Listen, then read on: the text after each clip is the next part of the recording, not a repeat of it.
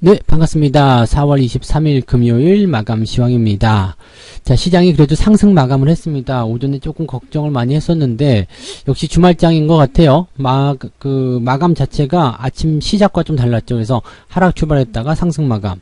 자, 그런데 이제 주가 자체는 더 많이 올라줬어야 되죠. 그래서 그런 부분이 조금 아쉽다 생각하면서도, 그래도 오른 게 어디냐? 다행이다. 또 대형주들의 어떤 변동폭도 많이 축소가 됐어요. 그래서 투자하시는 입장에서는 많이 다행이다라는 생각들을 하실 것 같긴 합니다. 자, 수급적인 측면에서는 외국인들이 마지막에 매도세를 많이 줄여줬습니다. 그래서 아마 외국인들의 힘이 대형주에 좀 집중되면서 그래도 플러스 마감을 하지 않았을까 생각합니다. 자, 오후에도 계속적으로 외국인들이 팔아치웠다라면 아마도 시장은 마이너스를 면치 못했을 것이다 이렇게 볼 수 있겠는데, 전체적으로 해도 분위기 나쁘지 않게 마감이 된 것 같아요. 자, 그렇지만 여전히 대형주들의 순환시대, 가뭄 이런 것들이 계속되고 있죠. 오늘은 이제 자동차 부품 이쪽을 중심으로 해서 주가가 많이 하락하는 모습이 좀 진행됐는데요. 일단 이렇게 주가가 조정을 받고 있는 상태로 들어가는 종목들은 좀 조심해야 되겠죠. 그래서 오르는 종목에만 집중하자. 이것이 이제 가장 중요한 포지션이 되겠습니다. 자, 오늘 시장 포인트 보도록 하겠습니다. 종합주가지수가 일단은 아래 꼬리를 달고 올라섰습니다. 이것은 긍정적인 시도가 되겠죠. 아래쪽에 3150포인트 지지선 형성이 됐고요. 그 다음에 주가 반등으로 가는 그런 형태입니다. 일단은 주가가 내릴 만큼 다 내렸다라고 생각할 수도 있어요. 왜냐면 조정 자체가 깊지 않기 때문에 이 정도 된다라면은 그래도 괜찮은데 라는 생각 좀 해볼 수 있을 지 않을까 생각이 드는데, 문제는 여기서 계속적으로 상승이 이어져야지 되는 부분인데, 여기에 대한 키워드는 연기금과 기관, 외국인들이 잡고 있다라고 보시면 되겠고요. 한 가지 더 중요하게 생각하는 것은 이제 다음 주가 지나고 나면 공매도가 시작이 된단 말이에요. 그래서 주가가 사실 매수로 막 들어오기에는 조금 부담스러운 수준이 아니겠는가, 이런 판단 좀 해볼 수 있겠습니다. 그래서 역시 대형주 위주로 이런 그 매도 차익 실현이 계속 쏟아지게 된다면 아무래도 주가는 상승하기보다는 조금 주춤거리는 형태로 가지 않겠는가, 횡보로 가지 않겠는가, 이렇게 판단을 좀 해볼 수는 있을 것 같습니다. 코스닥 같은 경우도 마찬가지겠죠. 오늘은 이제 마지막에 대형주 쪽에 움직임이 나오다 보니까 코스닥 쪽 움직임이 살짝 주춤거립니다. 지금 과매수 국면은 계속 유지가 되고 있는 상태고요. 5일선 아래쪽에 주가가 위치해 있기 때문에 어떤 식으로든 조정을 좀 받아도 되지 않을까 싶은 그런 생각이기도 합니다. 계속 지지가 된다기보다는 조정을 받을 수 있는 그런 상태. 이것도 역시 마찬가지일 거예요. 코스닥 쪽에 시가총액 상위권 종목군들이 아무래도 이제 공매도 잔량이 많다 보니까 거기에서의 부담감들이 계속 생기고 있는 것일 것이다, 이렇게 판단해 볼 수가 있을 겁니다.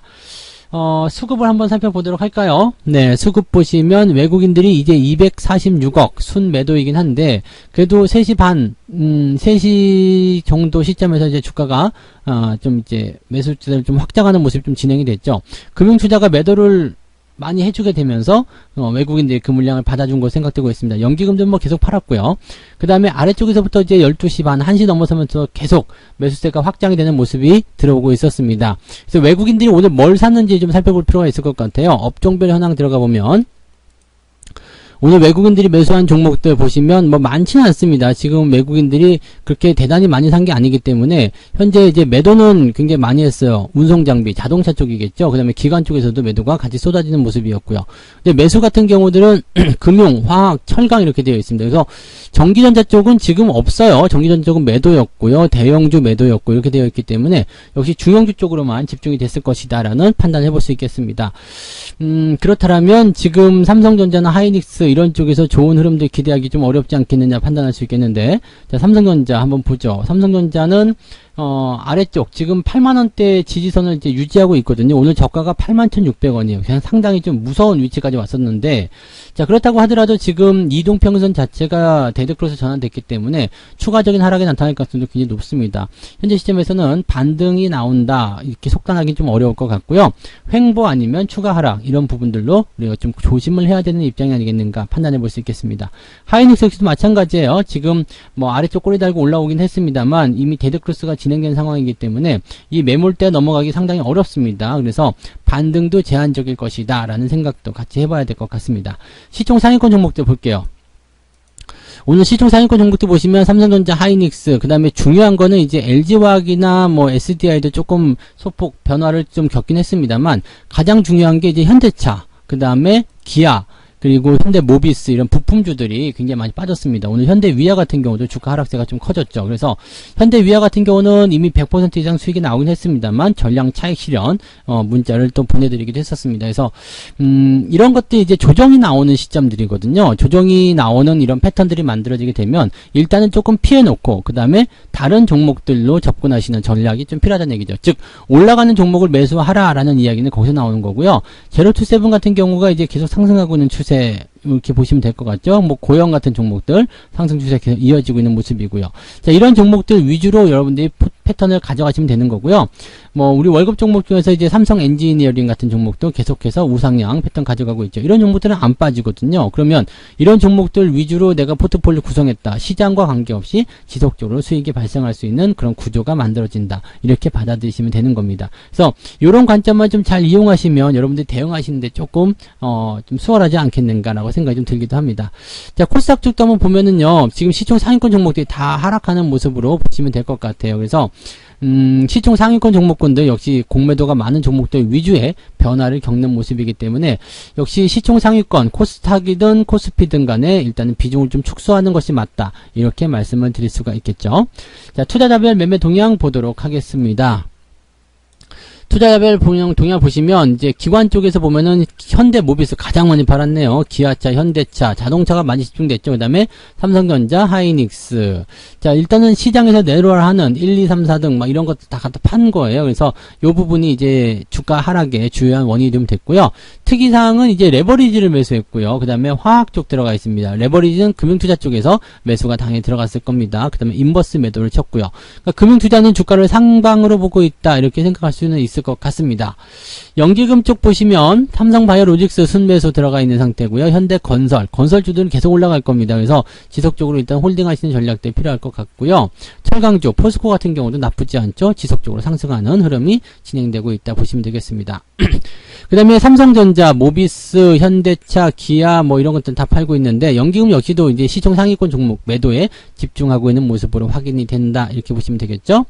자, 외국인들 넘어가도록 하겠습니다. 자동차 가장 먼저 팔았고요. HMM도 오늘 매도세를 통해서 주가가 좀 빠지는 모습입니다. 삼성전자를 그동안 가장 많이 팔았었는데 삼성전자는 그렇게 많이 안 팔고 있고요. 네, 하이닉스 뭐 그렇게 많이 안 팔고 있죠. 480억, 삼성전자 300억 이 정도라면은 기존의 어떤 매도에 비해서는 껌이다 이렇게 생각할 수도 있을 정도입니다. 그래서 많이 팔지 않고 있다. 이게 중요한 포인트고요. 기아나 현대차 같은 경우처럼 자동차 관련주들을 많이 팔고 있다는 거, 이 부분을 조심하셔야 될 것 같습니다. 그래서 지금은 이제 자동차 관련주들이 이제 주가가 하락세로 진행되는 과정이기도 하고 또 여기서 매도가 같이 쏟아지고 있는 상태이기 때문에 단기적 조정 피하기가 좀 어렵겠죠. 그래서 뭐 지금 전기전자가 됐든 자동차가 됐든 배터리가 됐든 아니면 시총 상위권 종목이 그 어떤 종목이든지 간에 이렇게 매도에 타겟이 되는 종목들은 조심하셔야 됩니다. 다만 뭐 카카오라든지 뭐 이렇게 좀 잘 버티는 종목들 있죠. 그런 종목들은 일단 버텨나가는 그런 실력, 그런 관점으로 보시면 될 것 같습니다. 그래서 뭐 다 파는 것이 아니라 이렇게 매도에 타겟팅이 되는 종목들, 그런 종목들 위주로 매도를 들어가시는 것이 유리하다라고 보시면 되겠고요. 롯데케미칼 같은 경우도 지금은 이렇게 하락 전환이 된 상태잖아요. 그러니까 지금 여러분들한테 말씀드리고 싶은 것은 이거예요. 이동평균선이 데드크로스 전환이 되면서 주가가 하락 추세로 전환이 되고 있다. 그렇다면 일단 조심하자.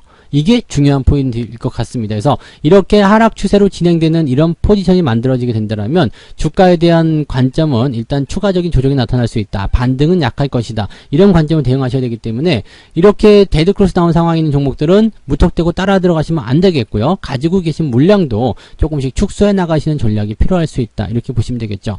지금은 대형주는 뭘 해도 잘 안 될 겁니다. 수익률 잘 안 나오고요. 샀는데 뭐 올라가봤자 1%, 내려갈 때는 2% 이 정도 나오기 때문에 대형주를 가지고 계시면 그다지 좋지 않을 거예요. 하지만 중소형주를 가지고 대응하시게 되면 수익률은 괜찮을 겁니다. 뭐 정산해강 같은 경우도 추세가 계속 진행되면서 신고가도 발생하는 모습이거든요. 이런 종목들 보시면 시가총액이 크지 않아요. 그렇기 때문에 시가총액이 작으면서 추세가 계속 유지가 되고 있는 종목들, 이런 종목들이 여러분들에게 좋은 수익을 안겨주게 될 것이다. 이렇게 생각하시면 되는 거거든요. 이거 굉장히 중요한 포인트고요. 여러분들이 이런 관점을 잘 이용하셔가지고 매매를 하시게 된다면 상당히 유리하고 상당히 좋은 그런 포지션들을 가져가실 수 있을 겁니다. 포트폴리오가 수익이 나는 비법은 간단합니다. 추세가 계속 상승할 수 있는 거, 계속 올라갈 수 있는 종목을 사는데 어디서 사느냐? 위에서 사는 것이 아니라 밑에서 충분히 저점을 잡아놓은 상태에서 매수를 해주시면 그 언제 팔더라도 여러분들은 비싼 가격에 팔 수 있기 때문에 좋다라고 보시면 되겠죠. 우상향을 하고 있는지 잘 지켜보시기 바라고요. 추세가 아래쪽으로 꺾이는 것들이라면 아무리 좋은 종목이라고 하더라도 일단은 빠져나오는 거, 그것이 필요하다고 말씀드릴 수 있겠습니다. 여기까지 이야기를 좀 해드리도록 하고요. 네, 뭐 주말 한 주간 또 고생들 많으셨는데요. 다음 주, 네, 또 활기찬 월말 시장을 위해서 주말 동안에 푹 쉬시기 바랍니다. 저는 여기까지 하고 물러가겠습니다. 내일 아침에 종목 진단으로 돌아올게요. 고맙습니다. 본 방송에서 제공되는 모든 정보는 투자 판단의 참고 자료이며 투자의 최종 책임은 본 방송을 이용하는 본인에게 있습니다.